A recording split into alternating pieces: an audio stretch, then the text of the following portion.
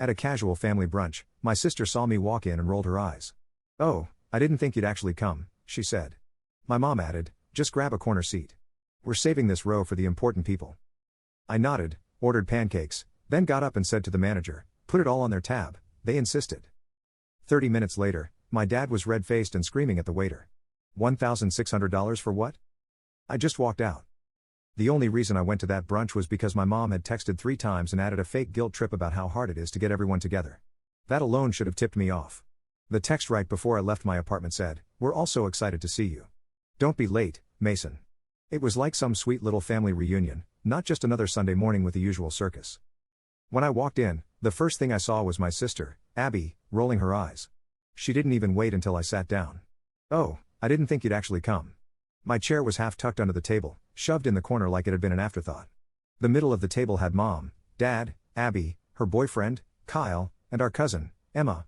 Apparently, they were the core. Mom didn't even look up, she just waved vaguely toward the back. "Just grab a corner seat. We're saving this row for the important people." I stood there for a second.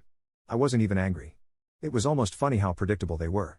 I sat down, ordered pancakes and black coffee, and didn't say a single word. Nobody asked how I was doing, what I'd been up to, or how work was going, nothing. They just kept talking over each other about vacation homes and Emma's dog's new Instagram account. I tuned it all out. The pancakes arrived. I didn't touch them. Instead, I got up, walked straight to the front desk, found the manager, and said calmly, "Put everything for table 12 on their tab." They insisted.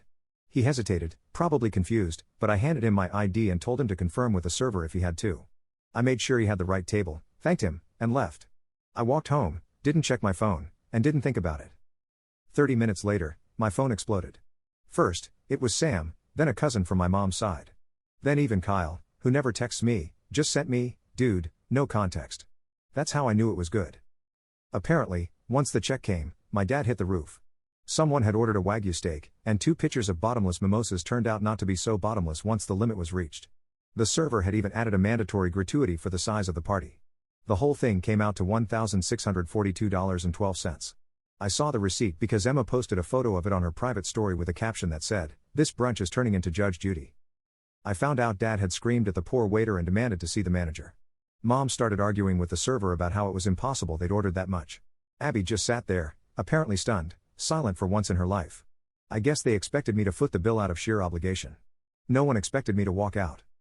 By that night, the group chat had gone dead. Nobody said anything, not even the passive-aggressive, "Thanks for coming today" texts. Nothing. I assumed they'd all just stew and eventually get over it. I was wrong. The next morning, I opened my door to find my parents standing on my porch. No warning, no knock, just standing there, arms crossed, like they had come to deliver a summons. That's when it became obvious I hadn't ended anything, I'd started a war. I opened the door, half awake, still holding my coffee.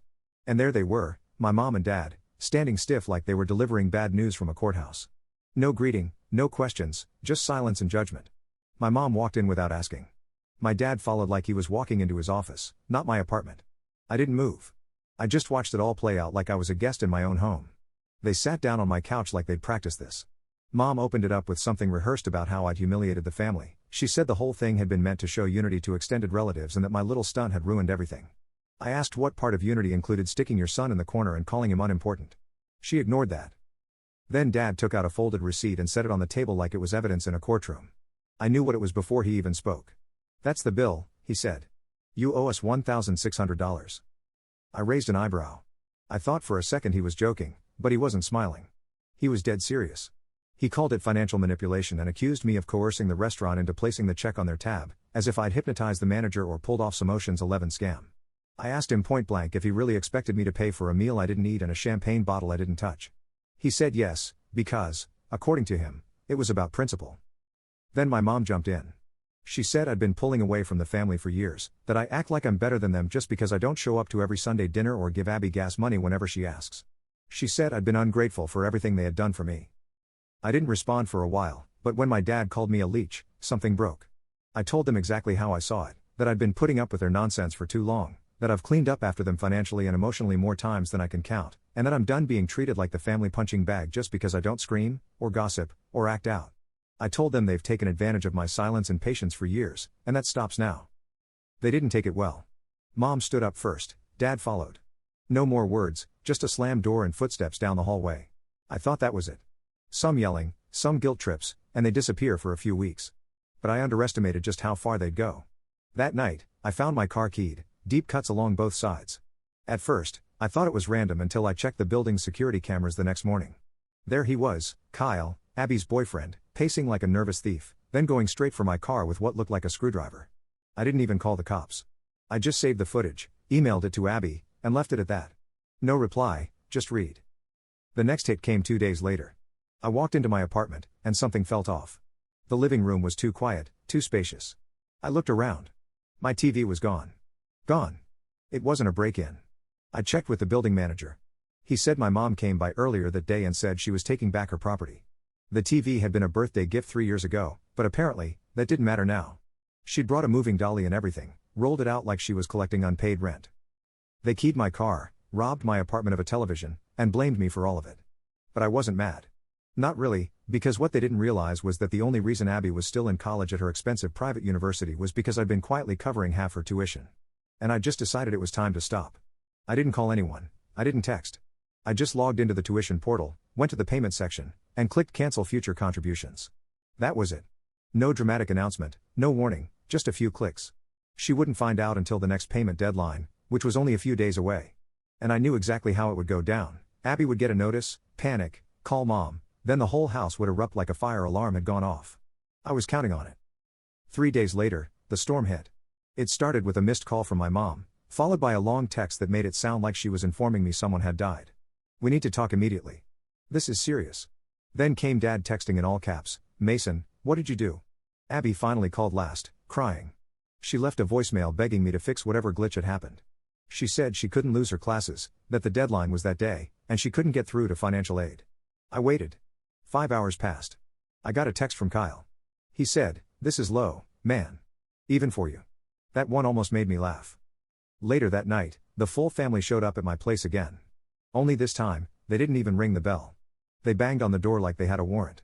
I let them in. Not because I wanted to talk, but because I wanted to see how they tried to spin it. My mom went straight into pleading mode. She said Abby had nothing to do with our issues, that she was innocent, and that it was cruel to punish her just because I was upset with the family. My dad, on the other hand, had gone full offense. He accused me of trying to sabotage Abby's future. He said I was jealous of her, that I'd always resented she was the favorite. I told them calmly that I wasn't punishing anyone. I just stopped paying for something I never agreed to fund in the first place, that Abby's college expenses had been dumped on me 2 years ago after Dad couldn't make the payments anymore, and I stepped in to help.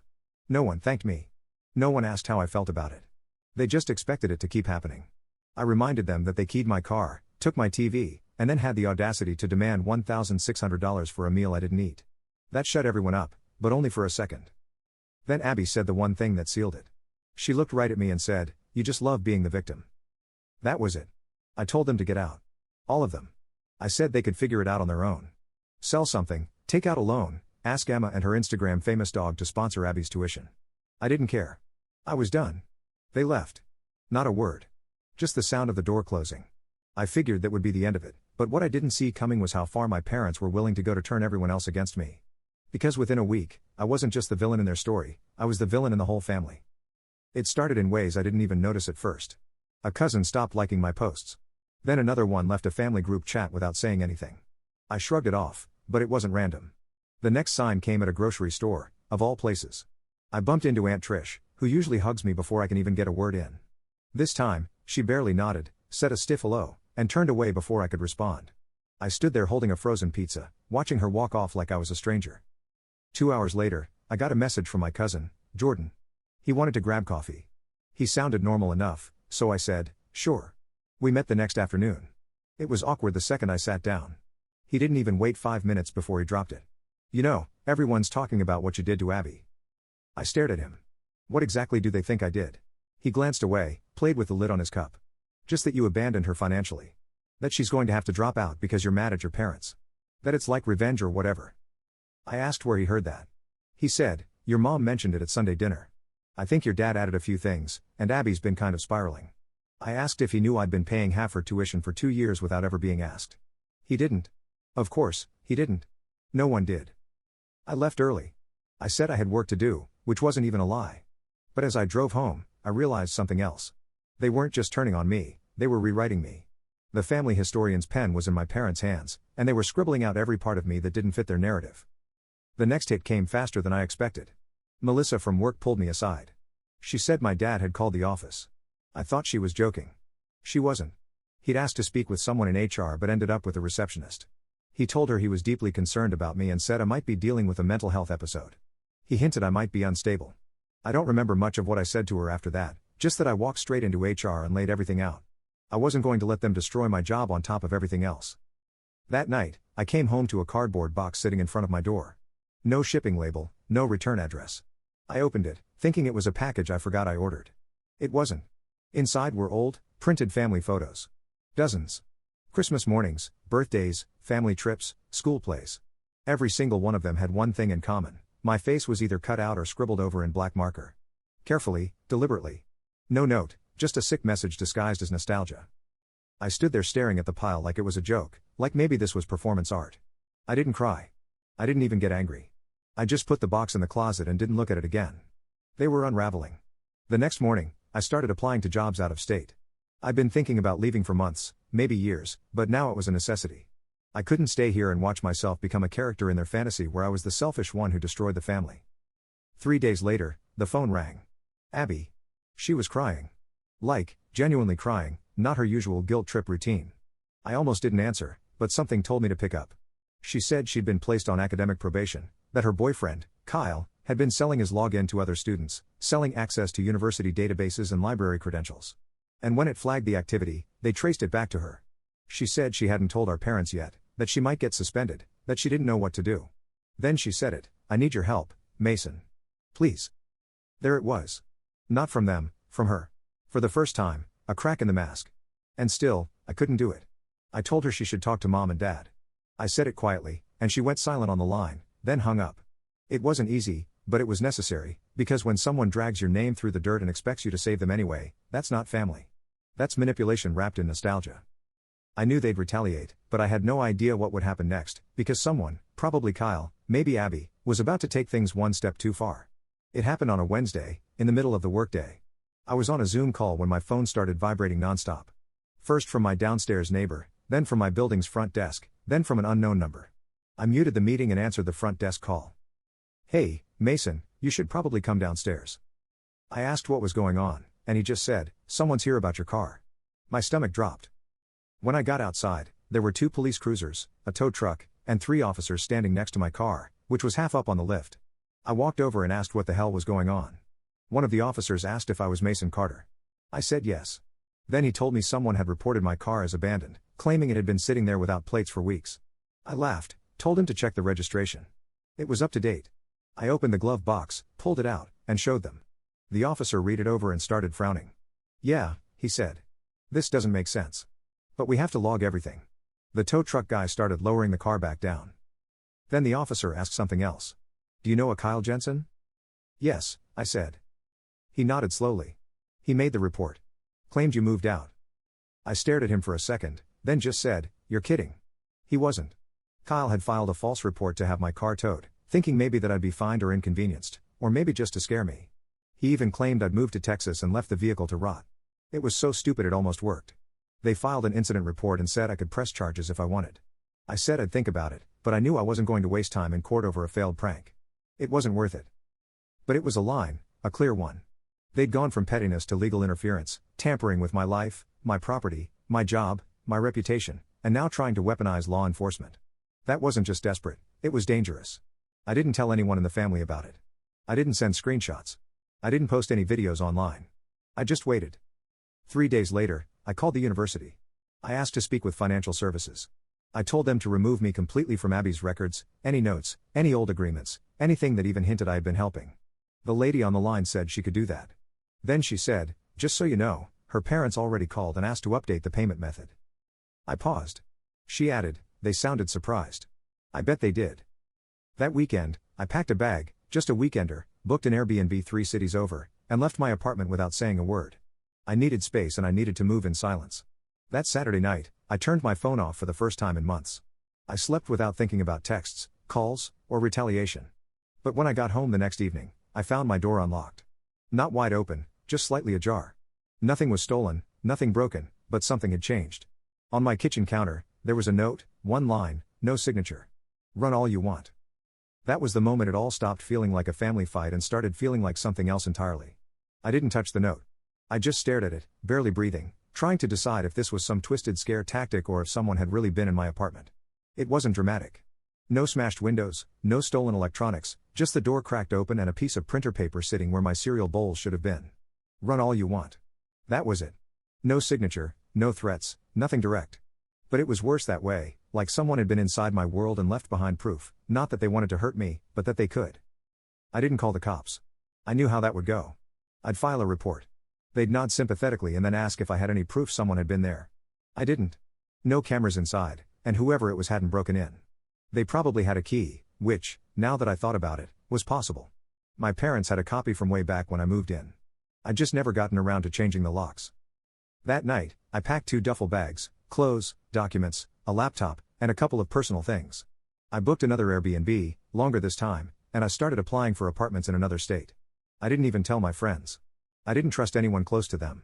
I didn't know how far this mess had spread, who believed what, or who might try to talk me out of leaving. I didn't need another intervention. I needed distance. The only text I sent was to my landlord, saying I'd be breaking the lease early and I'd pay the fee up front. No explanations, just logistics. By the time I drove into my new city, 5 hours away, clean air, no family within 200 miles, I felt like I could finally exhale. But it didn't stop there. 3 days into settling in, I got a message from an unknown number. Just one sentence, everyone knows what you did. I blocked it. Then came a DM on Instagram from a second cousin I hadn't talked to since I was 15. Hope you're proud. You ruined Abby's future over your ego. I blocked that, too. Over the next week, 5 more messages rolled in from people I barely remembered, all saying some version of the same thing. I didn't respond. I didn't defend myself. They'd already made up their minds. My parents had taken the story and passed it around like church gossip, and everyone was eating it up. I got a call from my childhood friend, Matt. He said my mom had posted some long Facebook message about a son who turned his back on his blood and how sometimes the ones you raise can become strangers. The comments were full of sympathy. I didn't read it. I just told Matt I was good and that I probably wouldn't be around for a while. Now I live in a 1-bedroom place just outside the city. New job, new neighbors, no one asking me to fund anyone's life or attend fake brunches with people who don't want me there. Some nights I still check the locks 3 times, just in case. Not out of fear, more like habit, like muscle memory from a life I don't live anymore. Sometimes I wonder if Abby's still in school, if Kyle's still hanging around, if Mom ever regrets how far she took it, but I don't reach out. I don't ask. That chapter is closed. They wanted me gone. Now they have it. But if they ever try to come here, this time I won't just walk away. I'll make sure the door never opens again. 3 months passed without a single call, knock, or weird message. I started to believe maybe it was over. I got into a rhythm, commuting to work, meeting new people, even dating someone quietly. I didn't tell her the full story, not yet. Just that my family and I didn't talk anymore. She didn't push. Then came the package. It arrived on a random Thursday. No return address again, but this time it didn't come to my apartment. It was sent to my office. The receptionist handed it to me casually, said, "It's marked personal." I took it to my desk, opened it carefully. Inside was a plain USB stick. Nothing else. No note, no explanation. I sat there for 5 minutes just holding it. I didn't plug it into my work laptop. I took it home, borrowed an old spare laptop I kept around for junk files, and finally opened it. There were 3 files. One was a video, shaky, low quality, clearly recorded secretly. The second was a PDF labeled statement. The third was just a folder titled Insurance. I opened the video first. It was footage of me at my last job from almost a year ago. I was standing by the elevator talking to a woman I worked with. We weren't doing anything strange, just laughing about something, leaning against the wall, waiting for the elevator to arrive. But it was edited, zoomed in, slowed down at certain points, like someone was trying to turn it into something more. I recognized the angle. It was taken from a stairwell window. I skipped to the PDF. It was a typed-out confession that someone had written as if it were from me, a fake letter. It claimed I had been having inappropriate relationships at work, that I was manipulative, unstable, and had a pattern of misconduct. It read like something a bad HR department would leak during a scandal. I opened the third folder. It was filled with screenshots, some real, some clearly doctored. Emails I never wrote, messages with my name on them but fake timestamps. One even had a supposed resignation letter. I sat back and tried to breathe. It hit me. Someone had been building this quietly while I was still back home, long before the brunch, long before I walked out. It wasn't just revenge, it was insurance. In case I ever spoke up. In case I ever made them look bad. This was meant to be a silent threat, don't test us. But here's the part they got wrong. I'm not scared of losing them anymore. I already lost them the day they stood in my living room demanding I pay for their champagne brunch and called me a leech. The day they keyed my car, took my TV, and sent photos with my face scratched out. That was the death certificate. This was just a souvenir.